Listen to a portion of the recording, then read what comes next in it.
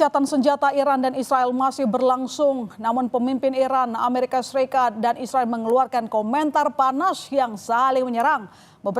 Seberapa kuat komitmen Iran dan Israel dalam merawat gencatan senjata ini? Kita bahas bersama praktisi dan pengajar hubungan internasional Synergy Policies Dina Prapto Raharja. Selamat petang, Mbak Dina. Selamat petang, Mbak Ilana. Oke, Mbak Dina. Apa yang Anda tangkap dari saling balas komentar perang Israel-Iran antara Trump dengan Iran? Katanya gencatan senjata, tapi kok saling balas kata-kata? Beberapa waktu lalu kan kemarin ya, kalau nggak salah ya, kita juga udah melihat statement Trump yang intinya itu adalah dia nggak bisa menjamin situasi masih akan damai terus atau tidak. Artinya memang Amerika Serikat ini masih dalam proses uji coba sebenarnya dengan Iran ya, untuk mendapatkan deal yang dia mau. Sekitar 2 hari lalu kita dengar bahwa salah satu deal yang disampaikan oleh Donald Trump kepada Iran, karena Israel juga sudah ibaratnya kena getahnya gitu ya dari serangannya terhadap Iran, Iran ya, supaya ini stop gimana caranya. Dia bilang kan akan ditarik sanksinya kan, Ya. kepada Iran akan ditarik. Satu kita rumornya nih ada tambahan juga sebenarnya deal dari Amerika, walaupun kita nggak pernah dengar statementnya secara terbuka. Itu adalah bahwa dalam kasus Israel dan Hamas, Iran akan punya akses untuk membantu orang-orang di Gaza. Nah, kita nggak tahu itu kejadiannya benar atau tidak, tetapi faktanya di sini adalah Trump memang bermain api dan dia belum dapat deal berarti dengan Iran. Dan dia itu bermain apinya dengan cara apa? Dia melanggar yang namanya customary law. Kalau dalam hubungan internasional ada tata krama yang harus selalu dijaga, apalagi kalau menciptakan satu proses menuju perdamaian. Yakni harus ada respect ya kepada negara lain. Hal-hal yang menunjukkan bahwa negara yang lain itu lebih rendah, tidak setara, bahkan mempermalukan negara lain, itu jelas satu hal yang dalam customary law itu tidak boleh dilakukan kalau memang mau melakukan perdamaian. Nah, Trump itu begitu mencari kredit ya.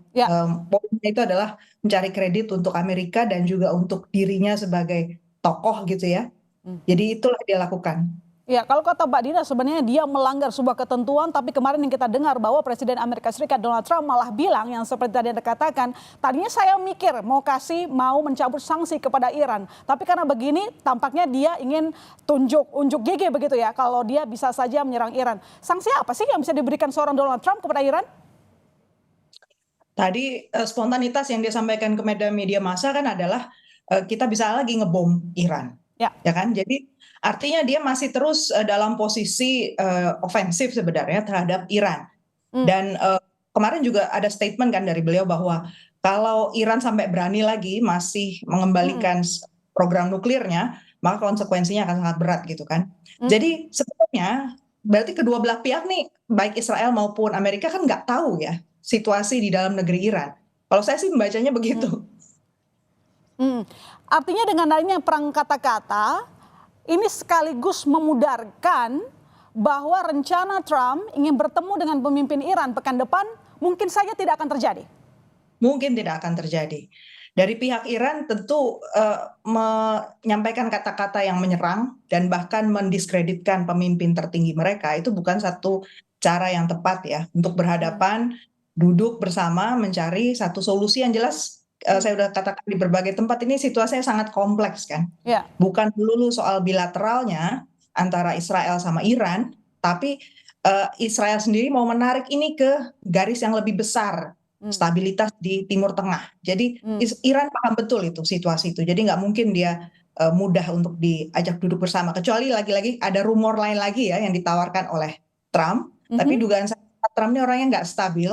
Mungkin kalau Iran merespon dengan jawaban yang tidak sesuai lagi dengan maunya dia, seperti misalnya terima kasih Donald Trump gitu kan, bisa jadi hancur lagi itu upaya bertemu.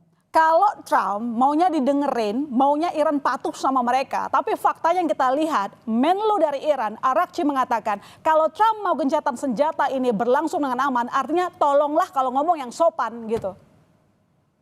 Ya, kalau kita bicara soal perdamaian, pertama-tama memang harus ada garansi dari negara major powers. Kalau sekarang tetap aja yang masih dipandang itu adalah P5 ya.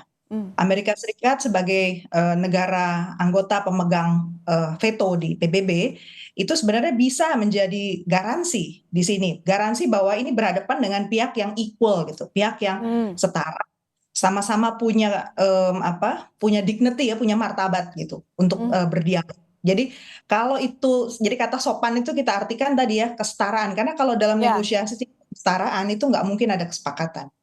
Artinya sama-sama keras begitulah Mbak Dina ya, dan membuat bisa saja perang ini berlangsung cukup panjang.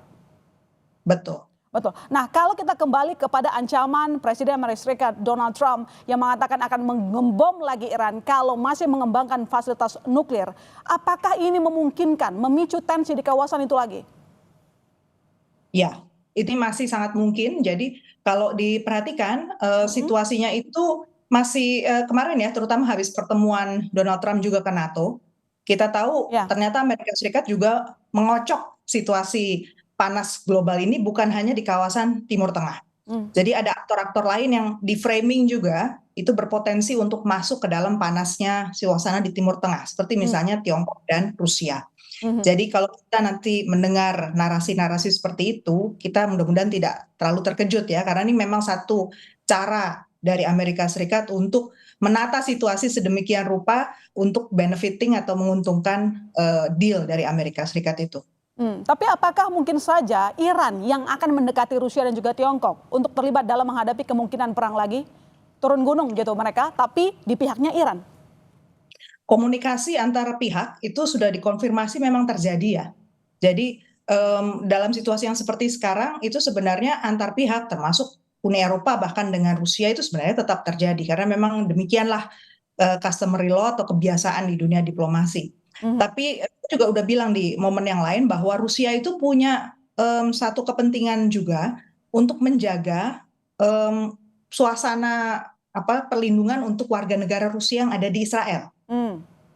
Jadi saya menduga Rusia itu juga pasti hati-hati supaya jangan sampai kemudian terjadi serangan yang merugikan orang-orang Rusia di sana, apalagi 2 juta soalnya orang Rusia yang ada di Israel. Kemudian dari sisi Tiongkok, Tiongkok ini sekarang sedang di framing melakukan satu gerak-gerik yang memancing Amerika gitu ya di Taiwan.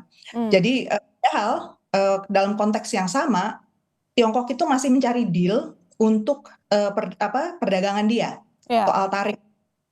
Dan Amerika benar-benar masih ngayun ya, masih ngayun di sini soal tarifnya, kemudian terutama industri rare earth, mineral ya, mineral tanah jarang, kemudian juga aluminium dan steel atau baja. Jadi kalau kita lihat ini semua sebenarnya fungsinya adalah mendukung Amerika Serikat untuk mendapatkan apa yang dia mau di industri persenjataan. Jadi situasinya tuh kayak orang main main catur ya. Jadi, walaupun ada yang digerakkan, kita harus lihat konsekuensinya juga buat negara tersebut. Saya kira Cina juga pasti berpikir berkali-kali supaya kalau membantu Iran, suasananya tidak memperburuk dirinya sendiri. Ya, China maupun Rusia tengah berpikir, dan kembali kita lihat kemarin pas pertemuan di NATO ketika Presiden Amerika Serikat Donald Trump meminta adanya kenaikan anggaran untuk pertahanan, tampaknya juga nggak semua negara juga setuju. Kita berharap jangan sampai ini melebar. Terima kasih Mbak Dina telah bergabung di Kompas Petang. Terima kasih.